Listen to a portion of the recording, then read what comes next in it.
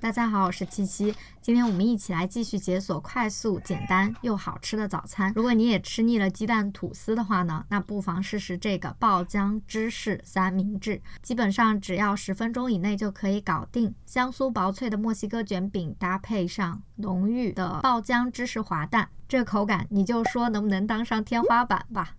那我们就开始吧。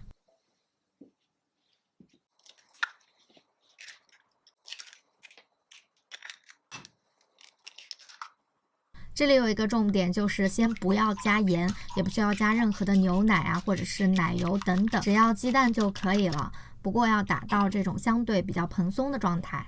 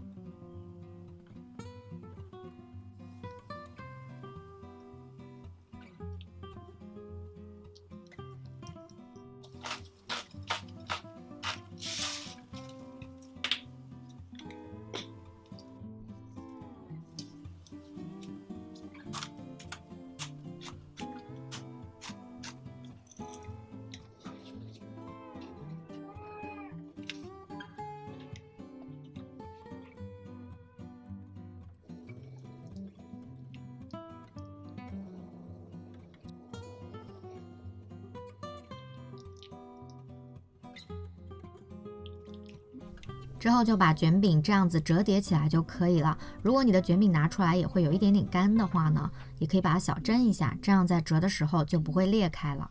保持中小火煎至到底面金黄之后再翻面，也是煎至到金黄就可以了。